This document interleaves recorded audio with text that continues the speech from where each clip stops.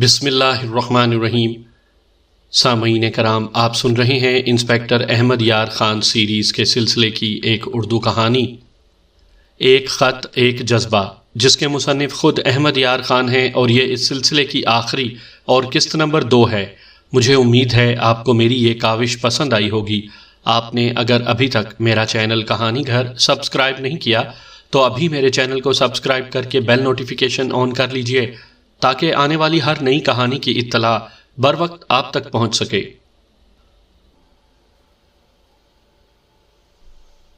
اس کی زبان بند ہو گئی۔ میں نے کہا، بہن کو مارنے پیٹنے کے بجائے تم نے راجیش کو گھر آنے سے منع کیوں نہ کیا؟ وہ بالکل ہی اکھڑ گیا۔ وہ تعلیم یافتہ نوجوان تھا، بڑی اچھی باتیں کرتا تھا، مگر اب جاہلوں کی طرح ادھر ادھر کی بیکار باتیں کرنے لگا۔ میں نے اس پر سوالوں کے تیر چلانے شروع کر دیے۔ وہ سمجھ گیا کہ میں اس پر قتل کا شک کر رہا ہوں۔ آپ میرے بہنوئی پر قتل کا شک کیوں نہیں کرتے؟ اس نے کہا، میں اس کا ثبوت پیش کرتا ہوں۔ میرا بہنوئی سمجھوتے کے لیے اور میری بہن کو اپنے ساتھ لے جانے کے لیے آتا رہا، لیکن دھمکیاں دے کر چلا گیا۔ وہ شریفوں کی طرح بات کر ہی نہیں سکتا۔ ایک بار وہ اپنے باپ کے ساتھ آیا تو سیٹھ راجیش بھی ہمارے گھر میں موجود تھا۔ میرے باپ نے اسے بھی بات چیت میں شامل کر لیا۔ راجیش نے میری بہن کی طرفداری کی تو میرا بہنوئی غصے میں آ گیا۔ جھگڑا بڑھ گیا۔ میرا بہنوئی اور اس کا باپ اٹھ کر چل پڑے۔ میرے بہنوئی نے راجیش کو پرے بلایا اور کچھ کہہ کر چلا گیا۔ راجیش نے ہمیں بتایا کہ میرا بہنوئی اسے کہہ کر گیا ہے کہ تمہاری زندگی کے دن تھوڑے رہ گئے ہیں، اس لڑکی کو لے کر کہیں دور چلے جاؤ، یہاں رہو گے تو زندہ نہیں رہ سکو گے۔ اس سے پہلے وہ میری بہن کو یہ دھمکی دے گیا تھا کہ تم نے جسے یار بنا رکھا ہے اسے مجھ سے بچا نہیں سکو گی۔ قتل کی رات تم کہاں تھے؟ میں نے پوچھا۔ میں اپنے ایک دوست کے گھر میں تھا، اس نے جواب دیا، اور دوست کا عطا پتہ بھی بتا دیا۔ میں اسی پر زور دیتا رہا کہ قاتل وہی ہے۔ مجھے ابھی لڑکی کے خاوند سے بات کرنی تھی، لیکن میں اپنا شک پوری طرح رفع کرنا چاہتا تھا۔ میرے سوالوں سے تنگ آ کر اس نے کہا، میں آپ کو ایک بات نہیں بتانا چاہتا تھا، آپ پولیس آفیسر ہیں، آپ پسند نہیں کریں گے۔ میں آپ کو بتانا چاہتا ہوں کہ راجیش کا میرے گھر میں آنا جانا مجھے ناپسند نہیں تھا۔ میری اور اس کی دوستی کسی اور مقصد کے تحت تھی۔ اس نے مجھ سے وعدے لینے شروع کر دیے کہ میں اس کی یہ بات پولیس آفیسر کی حیثیت سے نہیں بلکہ ایک ہندوستانی کی حیثیت سے سنوں گا۔ میں نے وعدہ کیا کہ اس کی بات کا تعلق قتل سے نہ ہوا تو میں اسے راز رکھوں گا۔ اس نے جب بات شروع کی تو مجھے شک ہونے لگا کہ جیسے اسے معلوم ہی نہیں کہ میں مسلمان ہوں اور وہ تھانے میں بیٹھا ہے۔ میں نے دراصل اس پر سوالوں سے حملے کر کے اور اس پر قتل کا الزام عائد کر کے اس کی عقل مار دی تھی۔ وہ اپنے بچاؤ کے لیے ہاتھ پاؤں مار رہا تھا۔ بہرحال اس نے جو بات کی وہ میں آپ کو مختصراً سنا دیتا ہوں۔ آپ ہندوستانی ہیں، اس نے کہا، آپ انگریز کے ملازم ہیں، لیکن آپ کی دلی وفاداری اس ہندوستان کے ساتھ ہوگی جو آزاد ملک تھا۔ اس پر پہلے مسلمانوں کا قبضہ رہا، پھر انگریزوں نے قبضہ کر لیا۔ یہ آزاد دیس ہے، اسے آزاد کرانا آپ کا اور ہمارا فرض ہے۔ اب وقت آ گیا ہے کہ ہم حرکت میں آئیں اور اپنے ملک کو آزاد کروائیں۔ آپ کو معلوم ہے کہ جاپان نے برما تک فتح حاصل کر لی ہے، اور ہمارے وطن پرست فوجی افسروں نے انگریزوں کی فوج سے بھاگ کر اور جاپانیوں کے ساتھ مل کر انڈین نیشنل آرمی بنا لی ہے۔ سبھاش چودھری بوس ہمارے نیتا یعنی لیڈر ہیں۔ سیٹھ راجیش اس خفیہ جماعت کا لیڈر تھا جو یہاں انڈین نیشنل آرمی کے لیے کام کر رہی ہے۔ ہماری وہ نسلیں جو جنگ عظیم دوم کے بعد پیدا ہوئی ہیں، انہیں معلوم نہیں ہوگا کہ انڈین نیشنل آرمی کیا تھی، اس لیے میں ذرا اس کا تعارف کروا دوں۔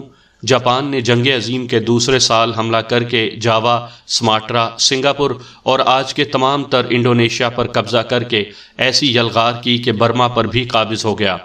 یہ انگریزوں کی بادشاہی کے علاقے تھے۔ آگے ہندوستان تھا۔ سبھاش چودھری بوس بنگالی ہندو تھا۔ اس نے جاپانیوں سے جا کر ملاقات کی اور ہندوستان کے متعلق سودے بازی کر لی۔ ایک سکیم بنائی گئی جس کے تحت ان ہندوستانی افواج میں جو برما فرنٹ پر لڑ رہی تھیں پروپیگنڈا کیا گیا کہ وہ ادھر سے بھاگ کر جاپانیوں کے مورچوں میں آ جائیں اور انڈین نیشنل آرمی میں شامل ہو جائیں۔ ہندوستانی فوجی جو جاپانیوں کے پاس جنگی قیدی تھے ان میں سے بھی اس آرمی میں شامل کر لیے گئے۔ برما فرنٹ سے ہندوستانی فوجی بھگوڑے ہو کر جاپانیوں کے پاس جانے لگے۔ انہیں وہاں انڈین نیشنل آرمی، جسے INA کہا جاتا تھا، اس میں شامل کیا جانے لگا۔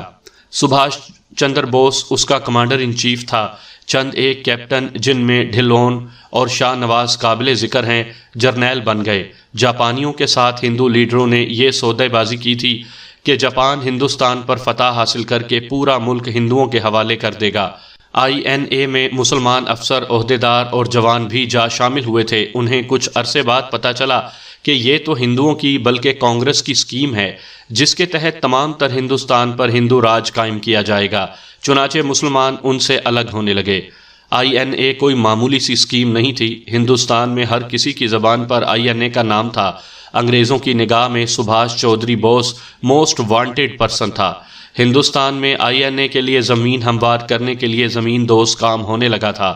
اس آرمی کا انجام یہ ہوا کہ جاپان کو شکست ہوئی تو انگریزوں نے INA کے خود ساختہ جرنیلوں کو پکڑ لیا اور ان کے کورٹ مارشل ہوئے۔ سبھاش چندر بوس جاپان میں ایک طیارے کے کریش میں مارا گیا۔ ہندو بہت عرصے تک کہتے رہے کہ سبھاش چندر بوس، جسے وہ نیتا جی کہتے تھے، زندہ ہے اور ہندوستان کو آزاد کروانے آئے گا۔ یہ واضح ہو گیا تھا کہ INA ہندوستان سے مسلمانوں کو ختم کر کے پورے ملک میں ہندو راج قائم کرنے کے لیے بنائی گئی تھی۔ یہ سکھ جو میرے تھانے میں بیٹھا تھا اسی انڈین نیشنل آرمی کی بات کر رہا تھا۔ اس وقت برما کی جنگ زوروں پر تھی۔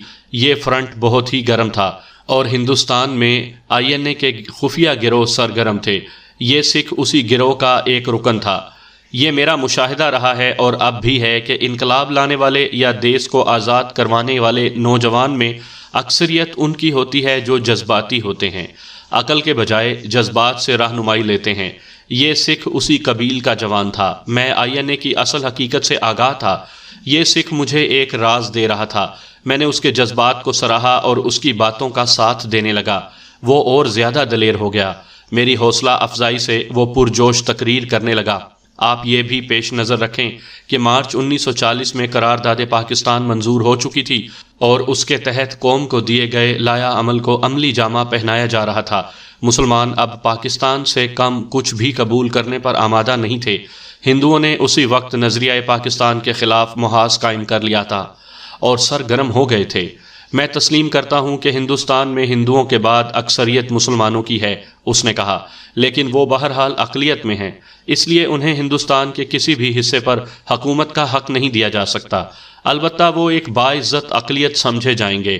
ہندوستان پر حکومت کا حق صرف ہندوؤں کو حاصل ہے۔ تم سکھ ہو؟ میں نے پوچھا۔ تمہیں کیا ملے گا؟ ایک سکھ ریاست، اس نے جواب دیا۔ آج کا سارا پنجاب، جس میں ریاستیں بھی شامل ہیں، سکھ ریاست بن جائے گی۔ ہندو لیڈروں کے ساتھ سودا طے ہو چکا ہے۔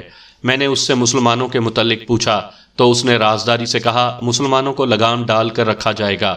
ہندو یہ کوشش ابھی سے کر رہے ہیں کہ مسلمان ہندو مذہب قبول کر لیں، اگر نہ کریں تو یہاں غلاموں کی طرح رہیں۔ انہوں نے پاکستان بنانے کا جو ارادہ کیا ہے وہ ہم کبھی پورا نہیں ہونے دیں گے۔ اگر ملک کی تقسیم تک نوبت آ بھی گئی تو ہم مسلمانوں کو قتل و غارت کریں گے اور پاکستان کو فوجی طاقت سے ختم کر دیں گے۔ دیس کو تم جیسے جوشیلے جوان ہی آزاد کروا سکتے ہیں۔ میں نے کہا، میں تمہارے ساتھ ہوں۔ پولیس میں رہ کر میں تمہاری جماعت کی بہت مدد کر سکتا ہوں۔ تمہاری خفیہ سرگرمیاں کیا ہیں؟ مجھے اپنی ضروریات بتاؤ۔ ہم INA کے لیے زمین ہموار کر رہے ہیں، اس نے جواب دیا۔ ہم یہاں تخریب کاری کریں گے۔ بڑے بڑے انگریز افسروں اور مسلمانوں کے لیڈروں کو خفیہ طریقوں سے قتل کیا جائے گا۔ جب جاپانی فوج ہندوستان پر حملہ کرے گی تو ہم انگریزوں کی فوج کی ریل گاڑیاں اور ان کے گولہ بارود وغیرہ کے گودام وغیرہ تباہ کریں گے۔ یہ اب چند دنوں کی بات ہے۔ اس نے میرے جال میں آ کر نہایت نازک راز بتا دیے، یہاں تک بتا دیا کہ اس نے گھر میں کیا کیا اسلحہ رکھا ہوا ہے۔ میں نے اسے سختی سے کہا کہ وہ کسی اور سے اس کا ذکر نہ کرے اور اسے یقین دلا دیا کہ میں اسے گاڑیاں تباہ کرنے کے لیے ڈائنامائٹ مہیا کروں گا۔ وہ جب تھانے سے نکلا تو بہت خوش تھا۔ اگلے دن دیہات سے سکھ لڑکی کا خاوند آ گیا۔ میں نے لڑکی کے بھائی کے اس دوست کو بھی تھانے بلا لیا جس کے متعلق اس نے بتایا تھا کہ وہ قتل کی شام اس کے گھر تھا۔ وہ ہندو تھا۔ اس نے تصدیق کی کہ یہ سکھ اسی کے گھر تھا۔ میں نے سکھ کی طرح اس ہندو کو بھی ہمراز بن کر اپنا دوست بنا لیا۔ اسے بھی ڈائنامائٹ مہیا کرنے کا وعدہ کیا۔ اس نے سکھ سے زیادہ جوشیلی باتیں کی۔ وہ تو مسلمانوں کو بہت ہی جلد ختم کرنے کو بے قرار تھا۔ اس نے ایک اور دوست کی نشاندہی کی۔ مقتول ان کا لیڈر تھا۔ میرے پوچھنے پر اس نے بتایا کہ وہ جاپانیوں کے باقاعدہ جاسوس تو نہیں ہیں، اسے بھی میں نے سختی سے کہا کہ وہ کسی سے ذکر نہ کرے کہ اس نے میرے ساتھ یہ باتیں کی ہیں، ورنہ میں پکڑا جاؤں گا اور ان کی مدد کرنے والا کوئی نہیں رہے گا۔ وہ بھی سکھ کی طرح خوشی سے پھولا ہوا تھانے سے نکلا۔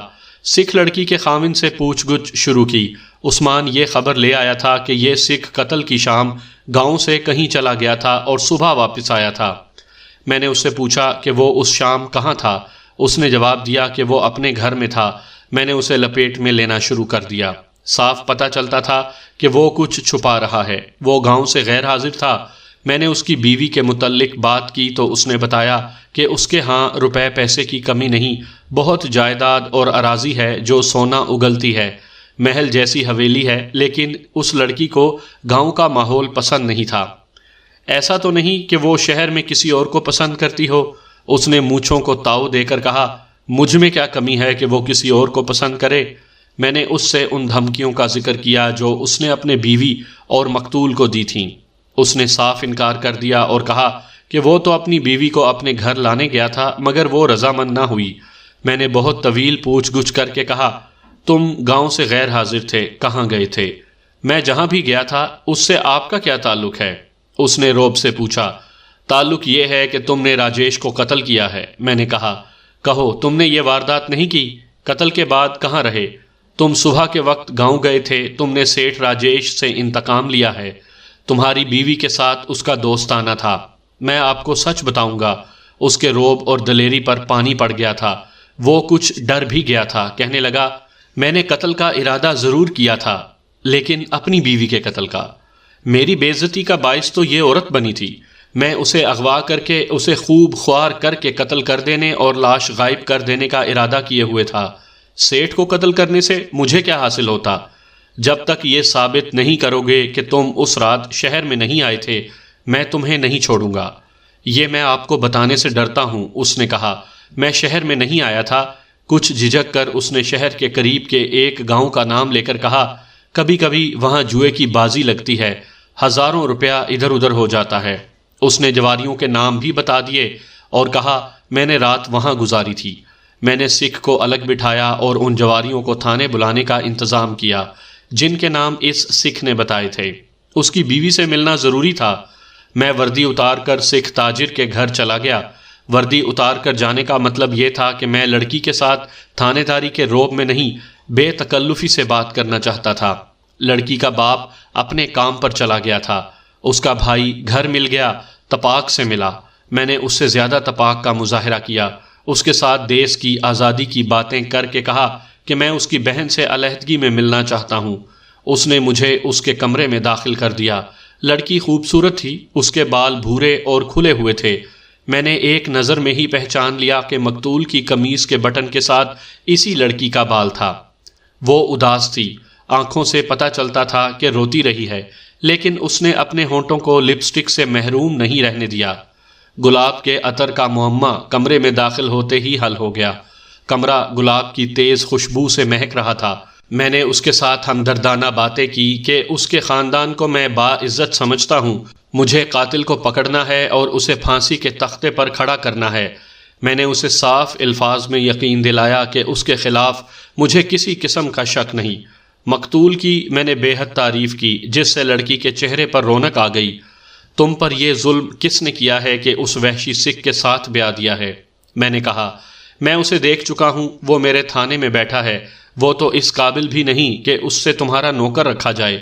راجیش کو اسی نے قتل کیا ہے، اس نے کہا، اسے پھانسی چڑھائیں تو میرے دل کو سکون ملے گا۔ میں نے چونکہ اس کے حسن کی تعریف کر دی تھی، اس لیے اس نے بالوں کو جھٹکے اور گردن کو خم دے دے کر مجھ پر اپنے حسن کا جادو چلانا شروع کر دیا۔ وہ واقعی شوباز لڑکی تھی۔ میں نے اس جادو کے اثر کو وقتی طور پر قبول کرتے ہوئے اس کے جذبات کو اپنے قبضے میں لے لیا۔ راجیش کے ساتھ تمہاری ملاقاتیں کہاں ہوتی تھیں؟ اسی کمرے میں، اس نے جواب دیا۔ کبھی باہر بھی ملاقات ہو جاتی تھی؟ قتل کی رات بھی وہ تم سے ملا تھا؟ پہلے میرے باپ کے پاس بیٹھا رہا، اس نے جواب دیا، وہاں سے اٹھا تو میرے کمرے میں آ گیا۔ تمہارے بھائی یا باپ نے نہیں دیکھا؟ نہیں، وہ شرما گئی اور بولی، کسی نے نہیں دیکھا، ہمارا گھر ایسا ہے کہ کوئی دیکھ نہیں سکتا۔ یعنی وہ تم سے چوری چھپے ملا کرتا تھا؟ زیادہ تر ملاقاتیں ایسی ہی ہوتی تھیں، اس نے کہا اور ایک دروازے کی طرف اشارہ کر کے بتایا، وہ اس راستے سے جایا کرتا تھا، یہ پچھواڑے کو جاتا ہے۔ تمہارا بھائی گھر تھا؟ میں نے دیکھا نہیں۔ راجیش جب یہاں سے نکلا تو تم نے باہر دیکھا تھا؟ میں نے پوچھا۔ اسے جاتے ہوئے دیکھا ہوگا۔ دیکھا تھا، اس نے جواب دیا۔ گلی میں دور یا قریب تمہیں کوئی اور آدمی کھڑا یا اس کے پیچھے جاتا نظر آیا تھا؟ اس نے ذہن پر زور دے کر کہا، گلی کے موڑ تک میں اسے دروازے میں کھڑی دیکھتی رہی۔ وہ موڑ مڑا تو ایک آدھ منٹ بعد 2 آدمی ادھر جاتے دکھائی دیے تھے۔ وہاں گلی کی بتی ہے، مجھے اچھی طرح یاد آ گیا ہے، وہ 2 آدمی تھے۔ وہ سکھ تھے؟ نہیں، اس نے جواب دیا، ہندو یا مسلمان تھے۔ تمہیں بھائی نے مارا پیٹا کیوں تھا؟ میں نے پوچھا۔ کیا اسے تمہارے اور راجیش کے تعلقات پسند نہیں تھے؟ نہیں، اس نے جواب دیا، راجیش کو تو وہ بہت ہی پسند کرتا تھا، اس نے کبھی اعتراض نہیں کیا۔ مجھے مارا اس لیے تھا کہ میں باپو کے ساتھ غصے میں آ کر بہت ہی گستاخی سے بولی تھی۔ راجیش اور تمہارا بھائی جس خفیہ جماعت میں تھے، اس کے متعلق تمہیں کچھ معلوم ہے؟ آپ کو اس کے متعلق کیا معلوم ہے؟ اس نے پوچھا۔ میں اس جماعت کا خفیہ ممبر ہوں، میں نے یہ تیر ہوا میں چلایا تھا۔ مجھے یقین سا تھا کہ اسے راجیش نے اپنی خفیہ سرگرمیوں سے آگاہ کیا ہوگا۔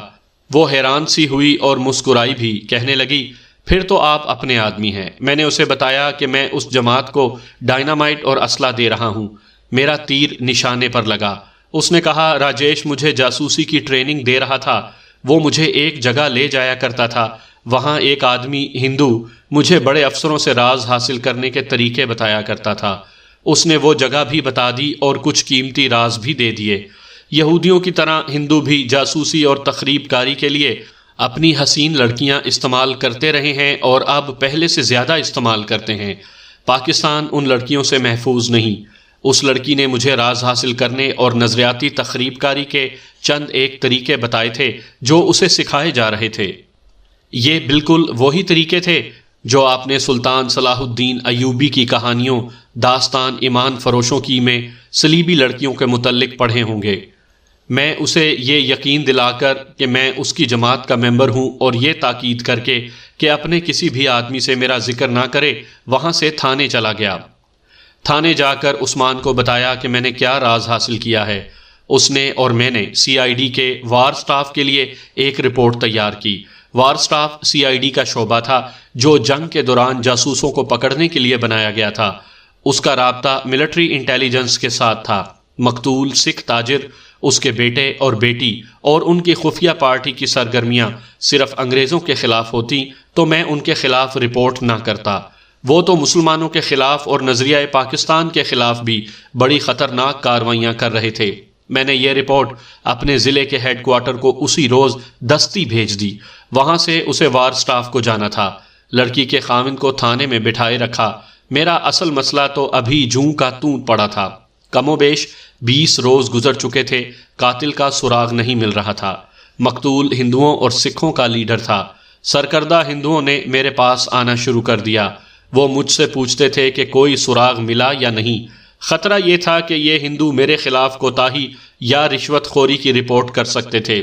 وہ واردات بہت مشہور ہو گئی تھی۔ ہندی کے اخباروں نے اسے اہمیت دے کر شائع کیا تھا۔ وہ جواری آ گئے جن کے ساتھ لڑکی کے خاوند نے اپنے بیان کے مطابق جوا کھیلا تھا۔ میں نے ان سے الگ الگ اچھی طرح پوچھ گچھ کی۔ انہوں نے ثابت کر دیا کہ سکھ اس شام ان کے پاس چلا گیا تھا اور وہ ساری رات جوا کھیلتے رہے تھے۔ سکھ مجھ سے اس لیے چھپا رہا تھا کہ جوا بازی جرم تھا۔ وہ جوئے کے اڈے کی نشاندہی کرنے سے گھبرا رہا تھا۔ میں نے اس پر قتل کا الزام عائد کیا تو اس نے اصل بات مجھے بتا دی۔ جوئے کا یہ اڈا میرے لیے نیا تھا، یہ جواری بھی نئے تھے۔ یہ پیشہ ور مجرم یا بدماش تو نہیں تھے، یہ سب روپے پیسے والے زمیندار تھے۔ اڈا چلانے والے البتہ پیشہ ور تھے۔ سکھ کو تفتیش سے خارج کر کے میرے دل کو بہت تکلیف ہوئی۔ میرے ہاتھ میں اب کچھ بھی نہیں رہ گیا تھا۔ یہ قتل بلا شک و شبہ انتقامی قتل تھا۔ اگر یہ راہزنی کی واردات ہوتی تو مقتول کی گھڑی، انگوٹھی اور جیب سے نقدی غائب ہوتی۔ راہزنوں کو قتل کی ضرورت صرف اس لیے پیش آتی کہ مقتول نے مزاحمت کی ہوتی، مگر اس کے کپڑوں اور جسم پر مزاحمت کے کوئی آثار نہیں تھے۔ اس کے علاوہ راہزن خنجر یا چاقو استعمال کیا کرتے تھے۔ قتل کا باعث بہرحال سکھ لڑکی ہی تھی۔ لڑکی کی ملاقات کے فوراً بعد اس کا قتل ہو جانا بتاتا تھا کہ قاتل لڑکی کا بھائی، باپ یا خاوند ہے، یا کوئی ایسا آدمی جو مقتول کا رقیب تھا۔ مقتول کی قمیض کے ساتھ لڑکی کا ایک بال اور لپسٹک ایک کہانی بیان کر رہی تھی۔ مجھے بھائی، باپ اور خاوند کو ہی مشتبہ رکھنا تھا۔ میں عثمان کے ساتھ اس مسئلے پر بحث کر رہا تھا۔ عثمان اپنی عادت کے مطابق مجھے کہہ رہا تھا کہ میں اسے اس لڑکی سے پوچھ گچھ کی اجازت دے دوں۔ میں اسے اجازت نہیں دے رہا تھا۔ میں اسے اچھی طرح جانتا تھا۔ وہ دوسرا مشورہ یہ دے رہا تھا کہ تمام مشتبہ آدمیوں کو تھانے بلا کر دوسرا طریقہ اختیار کروں۔ میں تشدد کا قائل نہیں تھا۔ اس دوران لڑکی کا بھائی میرے پاس آتا رہا اور وہ مجھے اپنی خفیہ جماعت کا ممبر سمجھتا رہا۔ ڈاک آ گئی۔ چند ایک خطوط تھے جو عثمان نے ہی کھولے۔ ایک خط پڑھ کر اس نے میرے آگے رکھا اور کہا، اس پر آپ یقین کریں گے؟ میں نے خط پڑھا۔ اردو میں لکھا تھا۔ نیچے کوئی نام نہیں تھا، اوپر کوئی مقام نہیں تھا۔ لفافے کے ٹکٹ پر جو مہر تھی وہ اتفاق سے صاف نہیں تھی۔ خط کے سارے الفاظ آج مجھے یاد نہیں رہے۔ جو کچھ لکھا تھا وہ یاد ہے۔ لکھا تھا، جناب اعلیٰ السلام علیکم، ہمیں خوشی ہے کہ آپ مسلمان ہیں، اسی لیے ہم آپ کو یہ خط لکھ رہے ہیں تاکہ آپ تفتیش کی پریشانی سے محفوظ رہیں۔ سیٹھ راجیش کو ہم نے قتل کیا ہے۔ یہاں کے ہندو اور سکھ نوجوان لڑکوں نے ایک خفیہ پارٹی بنا رکھی ہے جو کانگریس کی ہائی کمان اور انڈین نیشنل آرمی کے نمائندوں کے احکامات پر عمل کرتی ہے۔ یہ لوگ ہندوستان میں ہندوؤں کی حکومت قائم کرنے کے لیے بڑے خطرناک منصوبے بنا رہے ہیں۔ ایک منصوبہ یہ ہے کہ جاپان کی فوج آ جائے گی تو مسلمانوں کا قتل عام کیا جائے گا اور اس سے وہی مسلمان بچ سکے گا جو ہندو مذہب میں آ جائے گا۔ راجیش اس پارٹی کا لیڈر تھا۔ ہمیں ہندو لڑکوں نے دھمکیاں دینی شروع کر دی تھیں۔ اس کے جواب میں ہم نے بھی ایک خفیہ پارٹی بنا لی ہے۔ ہمارے منصوبے بھی ہندوؤں کی طرح خطرناک ہیں۔ مسلم لیگ نے پاکستان کو اپنا مقصد بنا لیا ہے، جس میں چند ایک صوبے شامل کیے گئے ہیں، لیکن ہم سارے ہندوستان کو پاکستان بنائیں گے۔ ہندوستان میں ہندو حکومت نہیں بننے دیں گے۔ ہم نے اپنے منصوبے پر عمل شروع کر دیا ہے۔ بسم اللہ سیٹھ راجیش سے کی ہے۔ مہاتما گاندھی اور پنڈت نہرو کی بھی باری آ جائے گی۔ ہم اپنے گروہ کو سارے ملک میں پھیلانے کی کوشش کر رہے ہیں تاکہ ہندوؤں اور سکھوں کے خلاف جلدی محاذ شروع ہو جائے۔ ہندوستان اسلامی ملک بنے گا۔ اس خط میں انہوں نے سیٹھ راجیش کے قتل کا یہ طریقہ لکھا کہ اس مسلمان گروہ کے 2 نوجوان مقتول کا پیچھا کر رہے تھے۔ انہوں نے دیکھا کہ وہ اکثر سکھ تاجر کے گھر جاتا ہے۔ مندر کی میٹنگ کے بعد اس گروہ کے کسی ممبر نے اسے سکھ تاجر کے گھر جاتے دیکھ لیا اور جو نوجوان قتل کے لیے مقرر ہوئے تھے انہیں اطلاع دی۔ وہ گلی میں اس کا انتظار کرتے رہے۔ ان کے پاس گز بھر لمبی رسی تھی۔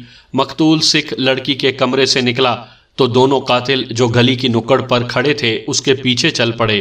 وہ اندھیری گلی میں پہنچا تو ایک نے اسے پیچھے سے دبوچ لیا، دوسرے نے تیزی سے اس کی گردن کے گرد رسی ڈالی اور رسی کو مروڑ کر پھندا تنگ کیا اور پھر جھٹکے دیے۔ وہ مر گیا تو دونوں چلے گئے۔ یہ خط بوگس ہو سکتا تھا۔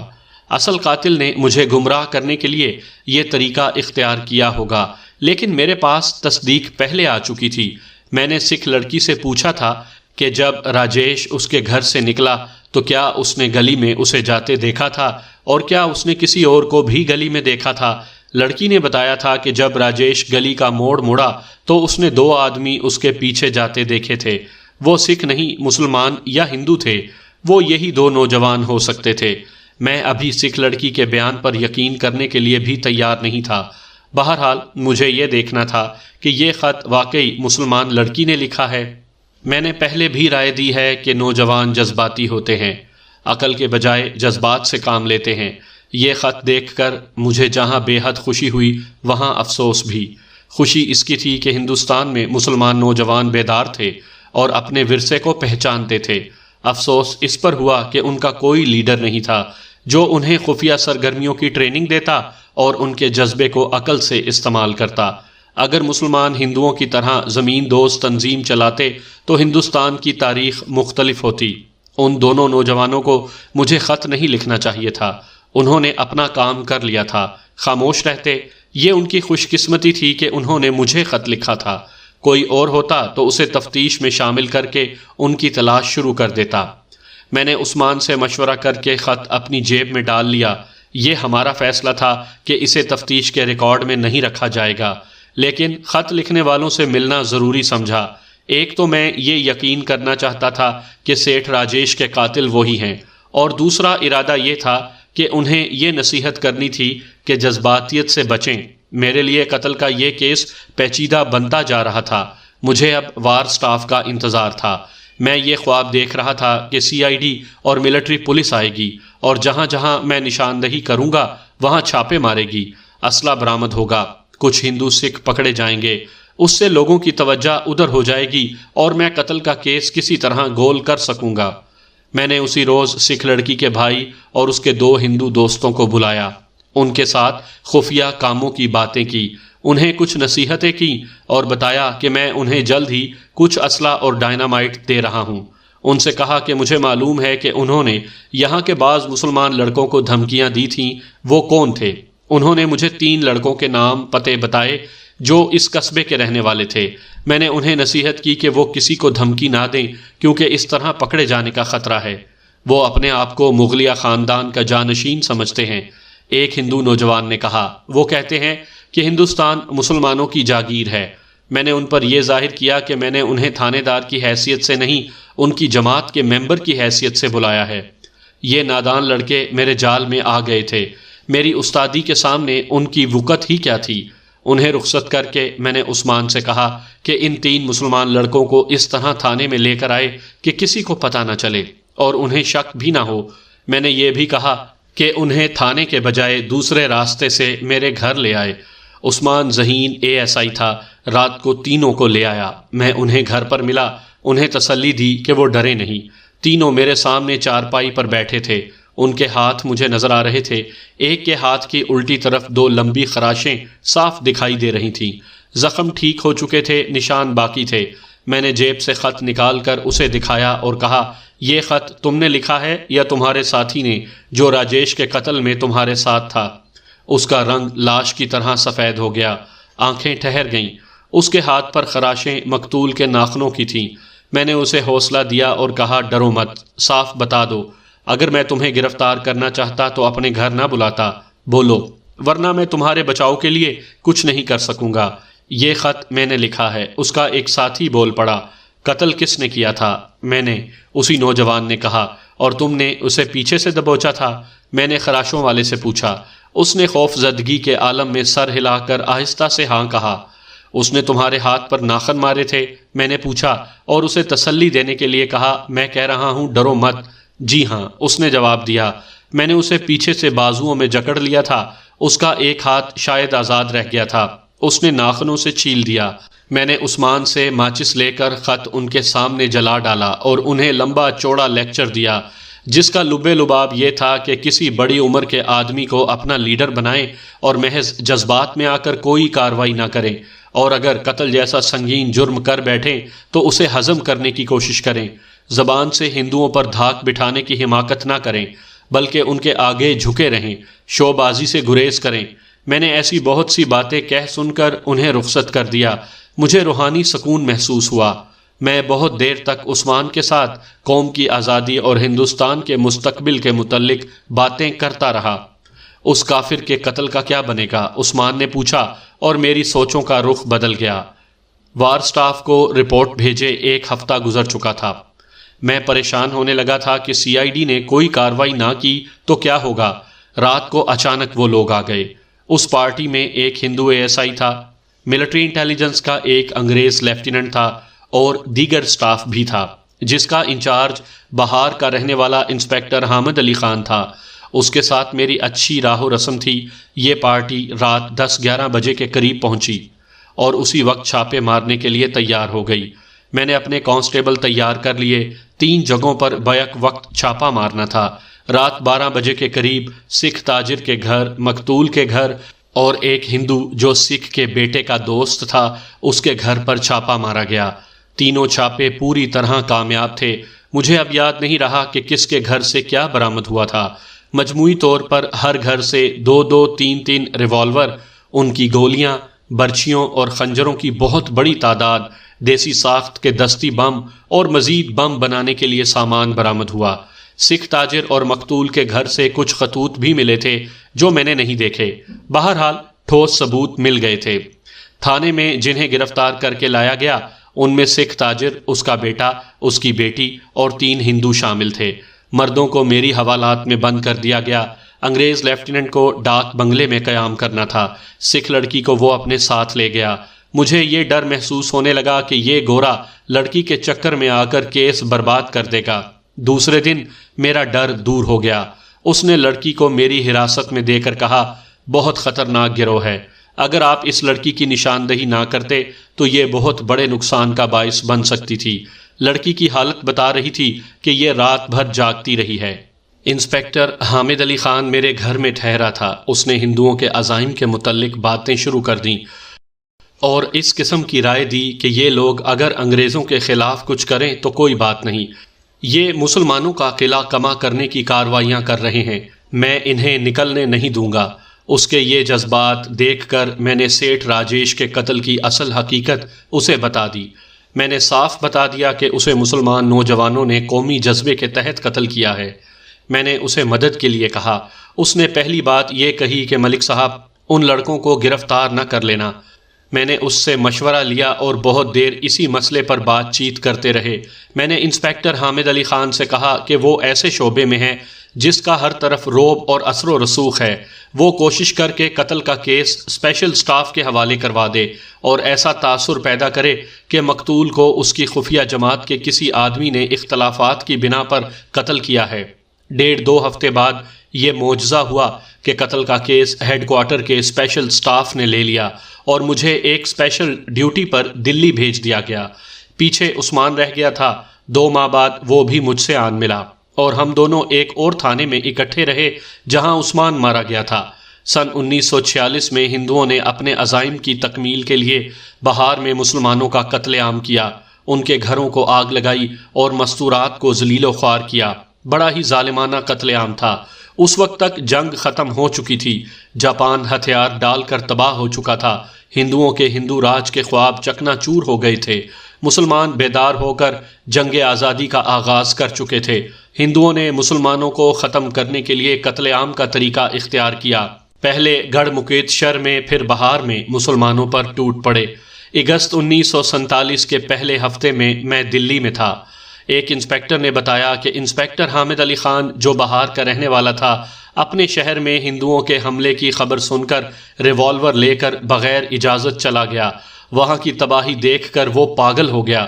اسے جو ہندو نظر آیا اس نے اسے ریوالور کا نشانہ بنایا۔ آخر ہندوؤں نے اسے گھیر کر شہید کر دیا۔ سیٹھ راجیش کے قتل کا مجھے کچھ پتہ نہیں چل سکا، نہ یہ پتہ چلا کہ جو لوگ تخریبی کارروائیوں میں پکڑے گئے تھے ان کا کیا بنا۔